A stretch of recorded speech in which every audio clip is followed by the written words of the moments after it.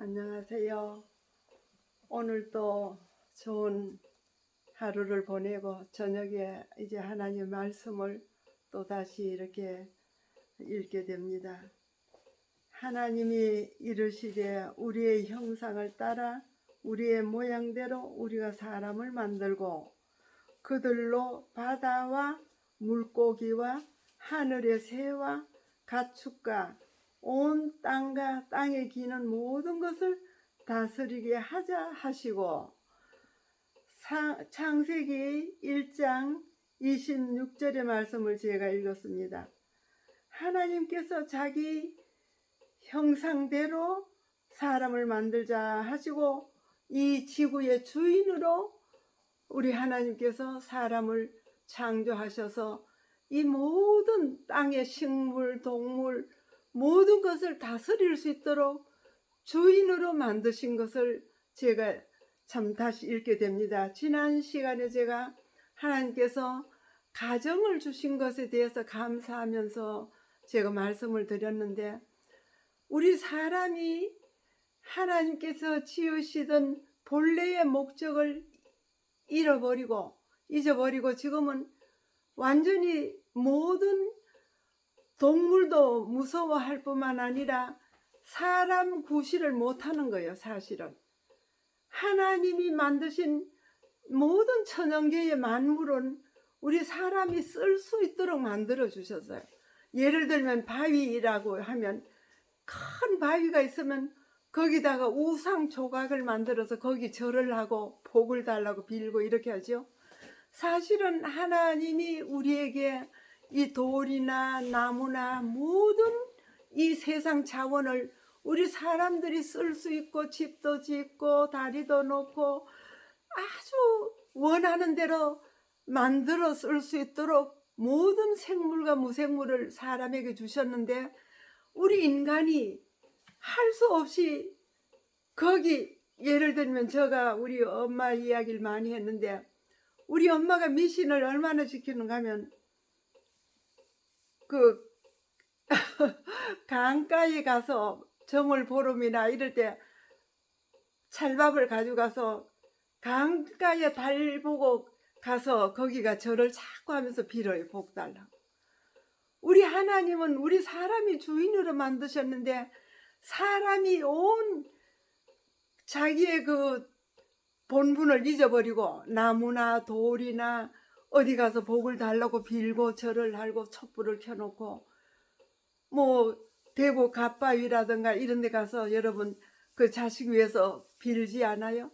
이것은 참 어리석은 겁니다. 하나님께서 우리를 사랑하시고 사람에게 모든 만물을 주셨는데 그 아무것도 모르는 무생물, 또 그런 나무, 예를 들면 우리 동리에 옛날에 우리 어릴 때 온 동리서 제사 지내는 그 나무가 있었어요. 정월 보름이 되면 그 나무 부근에 금색 줄을 쳐놓고 아무도 그 가까이 못 가게 해놓아요. 그리고 온 동네에서 뽑은 한 가정을 택해서 그 집에서 목욕 얘기하고 장에 가서 최고 좋은 재물을 사다가 정월 14일 날 달이 뜨기 시작하면 거기 가서 제사를, 아주 좋은 재물을 갖다 놓고 동리에 고사를 지낸 겁니다. 동고사 지내요. 근데 그렇게 오래 몇십 년을 내려가면서 그 나무에 대고 절을 했는데 제사를 지냈어요. 온 동네의 평안을 위해서. 얼마나 어리석은가 하면 온 동네에서 그 나무에서 복을 줘서 이 동리가 잘 산다고 이렇게 믿어왔던 겁니다.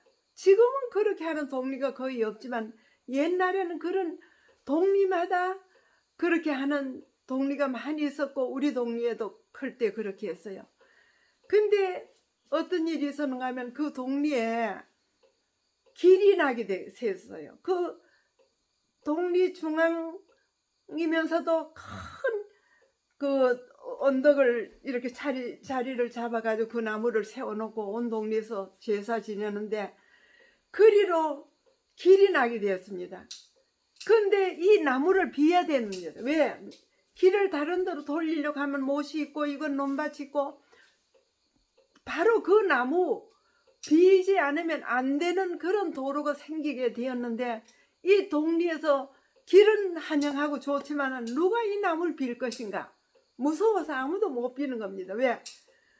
이 나무는 얼마나 오래됐는가 하면 몇십 년이 된지도 잘 모르는데 속이 다 비었고 거중만 이렇게 있고 나무잎도 그리 무성하지 못해요. 왜? 나중에 농담으로 하는 이야기가 그래요. 온 동네에서 와서 복을 달라고 비니까 복을 줄 수 없으니까 속이 하도 타가지고 다 없어지고 거중만 남았다고. 그런 이야기까지 농담을 했어요. 왜? 자기가 뭘 해줄 수가 없는데 사람들이 와서 자꾸 복 달라고 절을 하니 무슨 힘이 있습니까? 그러니까 이 나무가 속이 타서 다 말라 죽었다. 그런 이야기까지 했어요. 그럴 정도로 인간이 어리석게 된 이렇게 참 자기 자리를 지키지 못한 어리석은 인생이 됐다는 걸 생각하면 제가 참 마음이 아파. 그래서 그 동리에 나무를 비기는 비야 되는데 누가 빌 것이냐? 그때 누가 빈지 아세요?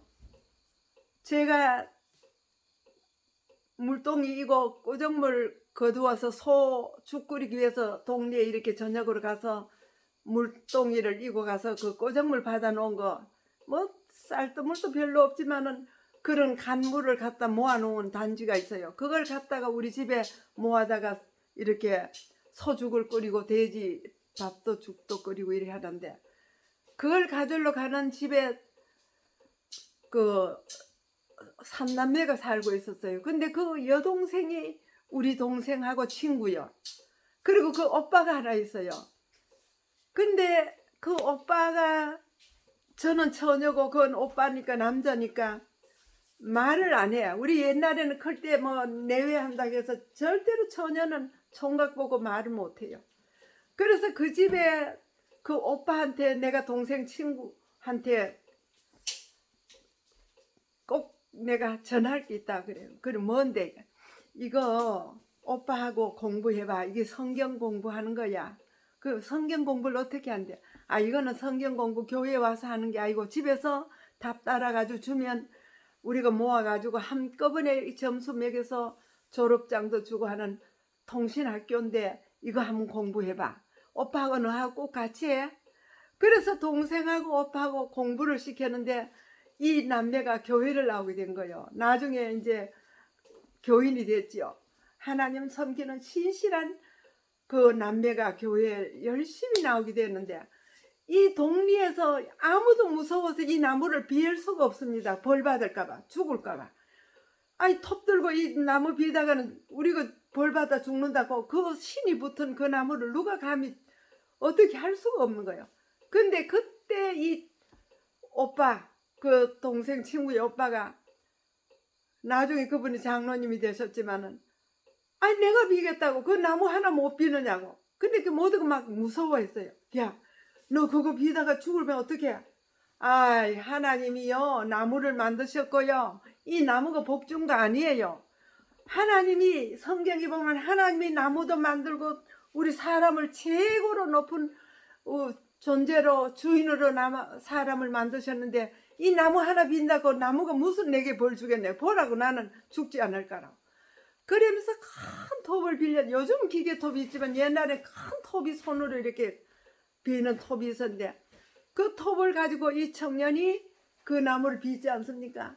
근데 죽기는 뭘 죽어요. 거기 길이 나가 그 동리가 얼마나 잘 살아요. 근데 아무도 이제는 그 동구사 안 지내지만 동리가 다 잘 되잖아요.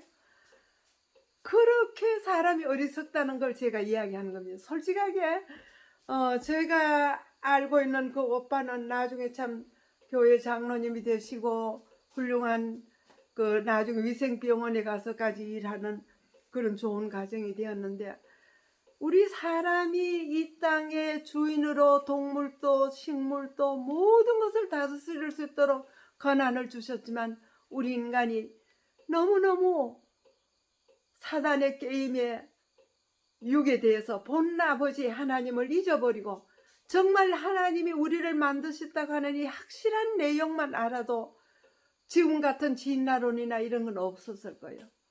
그래서 우리가 이 성경 말씀을 읽는 것이 얼마나 큰 특권인지, 그리고 우리에게 복을 주시고 가정을 이루게 하신 하나님께서 우리 인간을 만드시고 이 지구를 창조하실 때 두 가지 제도를 주셨는데 가정제도입니다.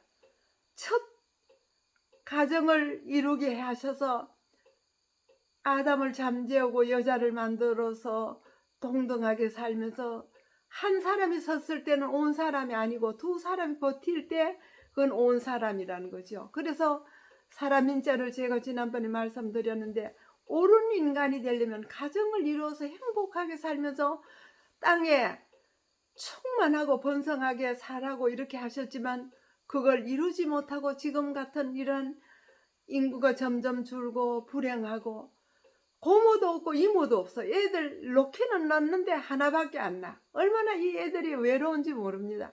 사실 저는 이번에 이 자식이 많아서 참 복을 많이 받고 형제들이 많아서 얼마나 큰 축복을 받은지 다 지난번에 이야기했는데, 사람이 태어나서 자손이 번성해야 그게 복받은 가정이에요. 옛날에 오복 중에 하나가 자손이 많아야 되잖아요. 그리고 우리가 장수하고 성경 말씀에 보면 자식이 많으면 전통에 화살이 많이 있는 것 같다는 겁니다.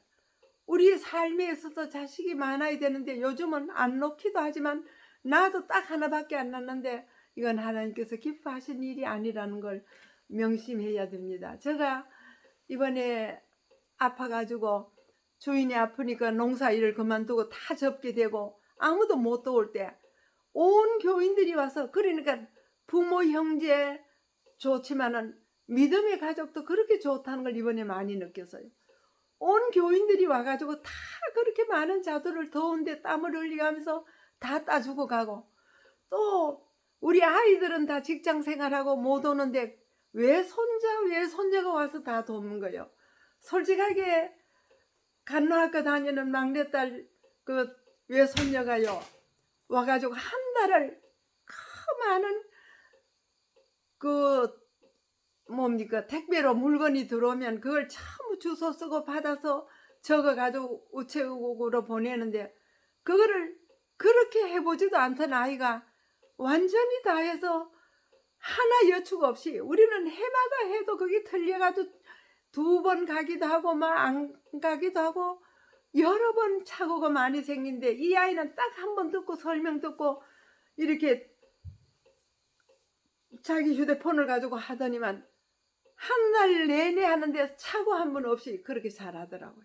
이야, 젊은 아이들이 이렇게 할 수가 없고, 또 큰딸의 외손자가 외국 가서 의사 공부를 마치고 외국에 의사 자격증을 따가지고 왔는데 한국에 와서 잠시 왔다가 아이 또 와서 돕기 시작하는데 그 힘든 니아까를 끌고 다니면서 그 짐을 다 날라가지고 택배 짐을 다 싸는 겁니다.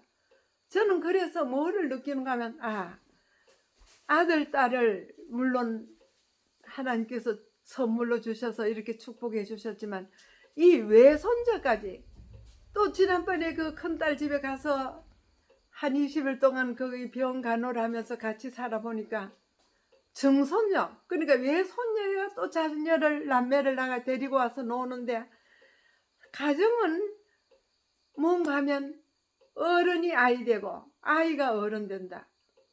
그 애기들이 재롱을 피우면 우리는 손뼉을 치면서 같이 노래를 불러주고 이 아이는 춤을 추면서 아주 재롱을 부리는데, 이것이 바로 천국이다.